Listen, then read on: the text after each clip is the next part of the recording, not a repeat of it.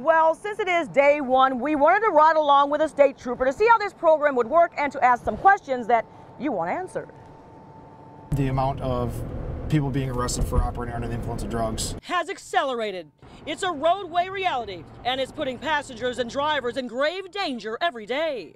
It's not fair to anybody else that they made bad decisions, and we don't want to see anybody else get hurt because of that. If you think you can fool 5-0 driving with drugs in your system, illegal or legal drugs, don't test the cops, because now they have new arsenal in their cruiser to test you.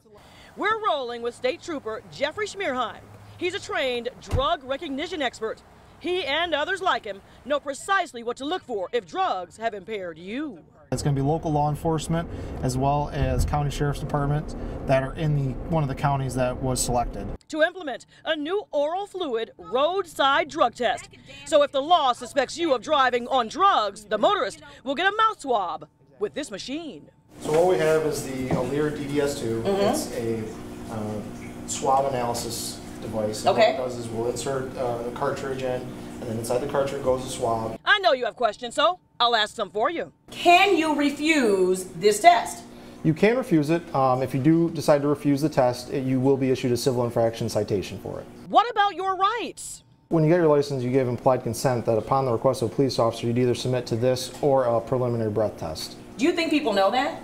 I think there's a lot of people that don't know that. Is this a checkpoint program? This is definitely not a checkpoint program. What this is a one-year test pilot program. Most people know what illegal drugs are, right? But what about when it comes to the ones the doctor ordered? Here's an example. A lot of people are prescribed Xanax for mood disorders, and it's very common to be abused. And he has arrested quite a few out on the road.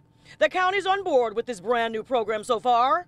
Berrien, Delta, Kent, St. Clair, and Washtenaw. This is just a tool for what?